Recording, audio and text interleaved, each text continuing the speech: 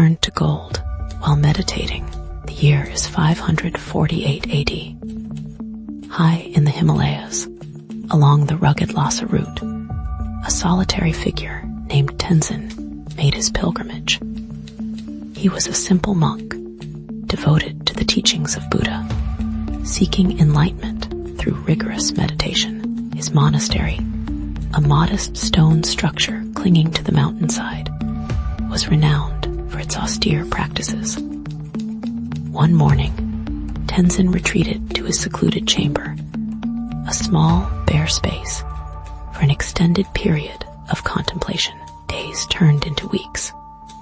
The other monks, accustomed to his long periods of seclusion, initially paid little mind. But when the usual time for his emergence passed, and an unusual metallic glint emanated from beneath his door, whispers of concern, then outright alarm, rippled through the monastery.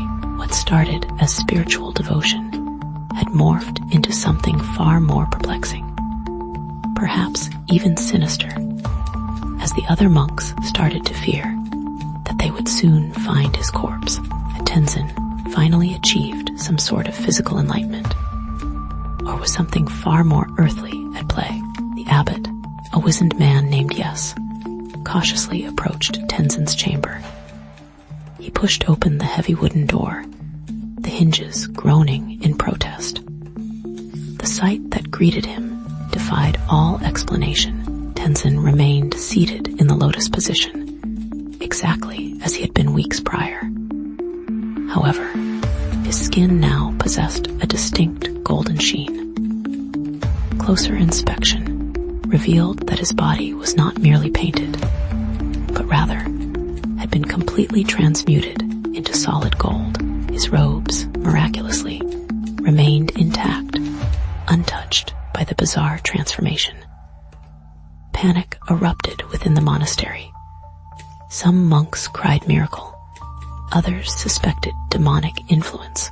Yessa, however, a man of both faith and pragmatism, recognized the impossibility of a natural transformation. He immediately sealed the chamber, declaring it a sacred site, but secretly dispatched a trusted novice down the treacherous mountain path to seek counsel from a renowned scholar in Lhasa. Was this truly a divine miracle? Or was something far more insidious behind this golden facade? The scholar, a shrewd and skeptical man named Lobsang, arrived at the monastery with a retinue of guards and alchemists. He meticulously examined Tenzin's golden form, dismissing claims of divine intervention. The consistency of the gold, its purity, and the undisturbed state of the robes pointed to a far more calculated process.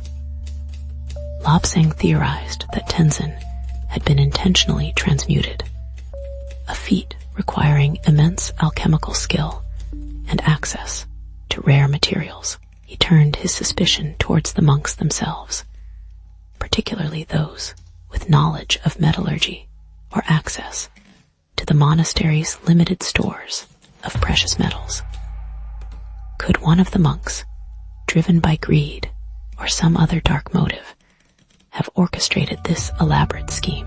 Lobsang's suspicions intensified when he discovered a hidden cache of mercury and other alchemical ingredients concealed beneath the abbot's quarters, a discovery that placed Yes himself under intense scrutiny.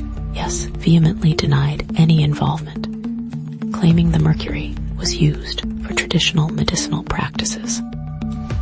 However, Lobsang discovered a secret passage behind the altar that led directly to Tenzin's chamber. The passage was concealed with such skill that only someone with intimate knowledge of the monastery's layout would have known of its existence.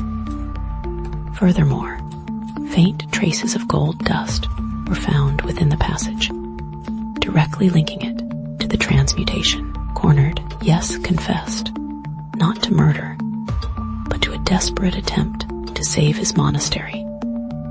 He claimed a devastating drought had ravaged their crops, and the monastery was on the brink of starvation. He believed selling Tenzin's transformed body as gold would provide enough wealth to sustain them through the crisis. Claiming Tenzin had agreed to the transformation as the final step in his own path to nirvana. But if Yes was telling the truth, where was Tenzin?